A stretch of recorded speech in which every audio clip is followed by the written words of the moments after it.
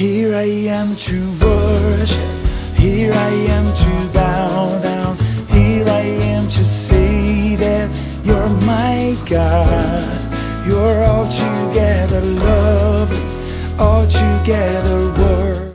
할렐루야, 7월 29일 목요일입니다. 오늘도 말씀과 동행하는 하루에 나오신 여러분들 정말 축복하고 환영합니다. 오늘도 하루를 살아가면서 하루를 열면서 하나님께서 우리에게 주시는 귀한 메시지로 우리의 한 걸음을 더 했으면 좋겠습니다. 함께 기도하며 예배드리겠습니다. 하나님 감사합니다. 이 아침에도 주님께서 우리로 하여금 이 자리에 나와 예배하고 또 하나님의 음성을 듣고 하나님의 말씀을 따라 한 걸음 한 걸음 걸어갈 수 있도록 용기 주시기 위해 우리를 불러주심으로 인해 감사함을 드립니다. 오늘도 말씀을 통해 저희들이 나아가기를 원하오니 하나님 오늘 이 예배 가운데 함께하여 주시옵시고 예배 가운데 주님의 은혜를 더하여 주시옵소서. 예수님의 이름으로 기도합니다. 아멘, 아멘. 우리 함께 찬양하며 하나님의 이름을 높이겠습니다.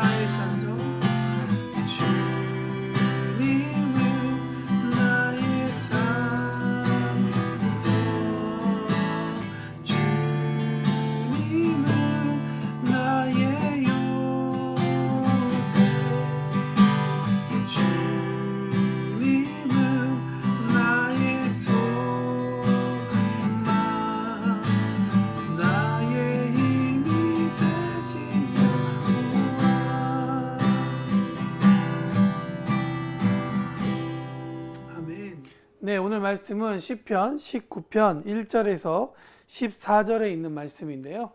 한번 말씀을 같이 읽도록 하겠습니다. 하늘이 하나님의 영광을 선포하고 공창이 그의 손으로 하신 일을 나타내는도다. 날은 날에게 말하고 밤은 밤에게 지식을 전하니 언어도 없고 말씀도 없으며 들리는 소리도 없으나 그의 소리가 온 땅에 통하고 그의 말씀이 세상 끝까지 이르도다. 하나님이 해를 위하여 하늘에 장막을 베푸셨도다. 해는 그의 신방에서 나오는 신랑과 같고 그의 길을 달리기 기뻐하는 장사 같아서 하늘 이 끝에서 나와서 하늘 저 끝까지 운행하며 그의 열기에서 피할 자가 없도다. 여호와의 율법은 완전하여 영혼을 소성시키시며 여호와의 증거는 확실하여 우둔한 자를 지혜롭게 하며 여호와의 교훈은 정직하여 마음을 기쁘게 하고 여호와의 계명은 순결하여 눈을 밝게 하시도다. 여호와를 경외하는 도는 정결하여 영혼까지 이르고 여호와의 법도 진실하여 다 의로우니 금 곧 많은 순금보다 더 사모할 것이며 꿀과 송이꿀보다 더 달하도다. 또 주의 종이 이것으로 경고를 받고 이것을 지킴으로 상이 크니이다. 자기 허물을 능히 깨달을 자 누구리요. 나를 숨은 허물에서 벗어나게 하소서. 또 주의 종에게 고의로 죄를 짓게 말게 하사 그 죄가 나를 주장하지 못하게 하소서. 그리하면 내가 정직하여 큰 죄가에서 벗어나겠나이다. 나의 반석이시요 나의 구원이신 여호와여, 내 입의 말과 마음의 묵상이 주님 앞에 연락되기를 원하나이다. 아멘. 네, 오늘 말씀을 통해서 하나님께서 우리에게 어떤 말씀하실까? 오늘 본문 말씀을 여러 번 읽으면서 정말 영화같이 웅장하고 거대한 이 시를 오늘 아침에 짧은 시간 동안 어떻게 나눌까 고민하다가 7절 말씀을 읽으면서 제 마음 가운데 결심, 또 제 마음 가운데 울림이 있었습니다. 하나는 영혼을 소성케 하시는 여호와의 율법, 그리고 우둔한 자로 지혜롭게 하는 여호와의 증거라는 그 문장이죠. 하나님은 우리를 소성케 되기를 원하셔서 소성케 되도록 도우시는 분이시다. 이 소성한다는 단어가 일상에서 잘 쓰이지 않는 단어이기 때문에 조금 말하는데 좀 어려움이 있지만, 여러분, 소성이라는 단어는 히브리어 슈브라는 단어에서 나옵니다. 이 슈브라는 단어는 돌아가다라는 의미인데요. 이것은 되돌아가다라는 것과는 조금 다른 의미를 가지고 있습니다. 되돌아가다라는 것은 만일 나쁜 상태에 있었는데 되돌아간다고 하면 다시 나쁜 상태가 된다는 것이죠. 그러나 이 슈브가 갖고 있는 의미는 나쁜 상태였다 할지라도 돌아가는 것은 원래 그가 나쁜 상태가 아니라 정말 원래 있어야만 되는 그런 거룩한 모습, 정결한 모습, 그 모습에 원래 그 순결함을 갖는 그런 의미를 가지고 있다는 것이죠. 그러니까 집을 떠났던 사람이 길을 잃다가 다시 집으로 돌아오는 의미가 이 슈브라는 단어가 갖고 있는 의미라고 우리는 또 이야기할 수 있다는 것이죠. 살다 보면 우리가 길을 잃을 때가 있습니다. 오늘 아침 잘 생각하고 잘 준비하고 문을 나섰다가도 불의의 사고를 당하거나 아니면 예상치 못했던 그런 여러 가지 일들로 인해 우리의 하루가 흐트러질 때도 있다는 것이죠. 작은 데미지야 우리가 쉽게 또 여러 가지 지혜로서 경험으로서 이겨낼 수 있지만, 아무리 힘을 써서 내가 이겨내 보려고 해도 넘을 수 없는, 그런 넘지 못할 것 같은 그런 큰 문제들이 한 개가 아니라 여기저기서 빵빵 터진다 그러면 아마 그것을 해결하느라 정신이 빠져서 내가 어느 길에 있는지, 또한 어느 방향으로부터 왔고 어느 방향으로 가야 하는지를 우리가 잃어버릴 때가 있다는 것이죠. 저는 그럴 때 그런 상황 가운데 은혜란 무엇일까를 생각해 볼 때, 그럴 때 은혜는 방향을 찾을 수 있는 그 무언가를 만나는 것이라고 저는 생각합니다. 창밖에 푸른 하늘이 도움이 될 수도 있겠죠. 그리고 바람을 쏘는 일도 도움이 될 것입니다. 다른 사람들과의 수다를 통해서도 우리는 그런 도움을 받을 수도 있을 것입니다. 그러나 저는 우리 한 사람 한 사람에게 도전하기 원하는 것은 그럴 때 하나님을 만나라고 저는 도전하고 싶습니다. 어쩌면 소성케 되어야 할 영혼이 하나님 외에 다른 것을 찾다가 지쳐서 오늘 본문 말씀을 읽으면서 설교하는 제가 말씀을 선포함으로 그분의 영혼이 소성케 될지도 모른다라는 생각이 들었습니다. 물론 저에게도 선포되는 그런 말씀이죠.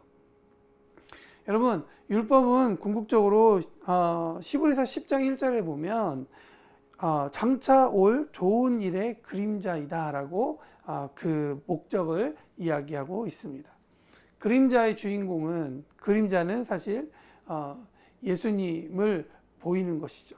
예수님을 만날 때 우리는 소성케 된다는 것을 우리는 기억할 수가 있습니다. 왜냐하면 그분이 자기 자신에 대해서 소개할 때 자신은 길이라고 우리에게 말씀하셨기 때문입니다. 그러므로 예수님을 만나는 것만이 우리의 영혼이 소성케 되는 것이죠.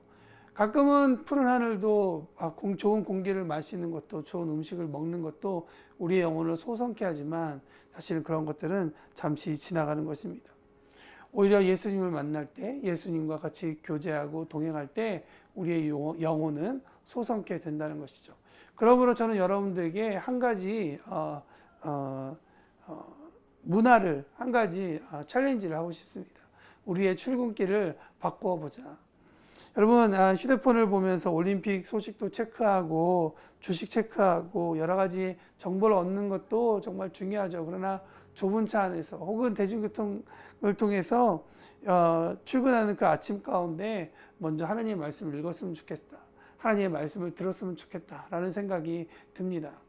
시끄러운 대중교통 안에서도 이어폰을 끼면 그 순간 그 모든 사람들의 소리가 사라지고 하나님의 말씀이 우리 영혼 가운데 선포게 되고 또 차 안에서 드라마 바이블이나 여러 가지 앱을 통해서 하나님의 말씀을 들으면서 우리가 30분, 1시간 출근을 할 때 여러분 그런 하나님의 말씀으로 그렇게 아침 시간을 꽉 채워서 우리가 우리의 회사, 사업장 입구를 연다면 저는 완전히 다른 하루가 우리 가운데 시작될 거다라고 생각이 됩니다.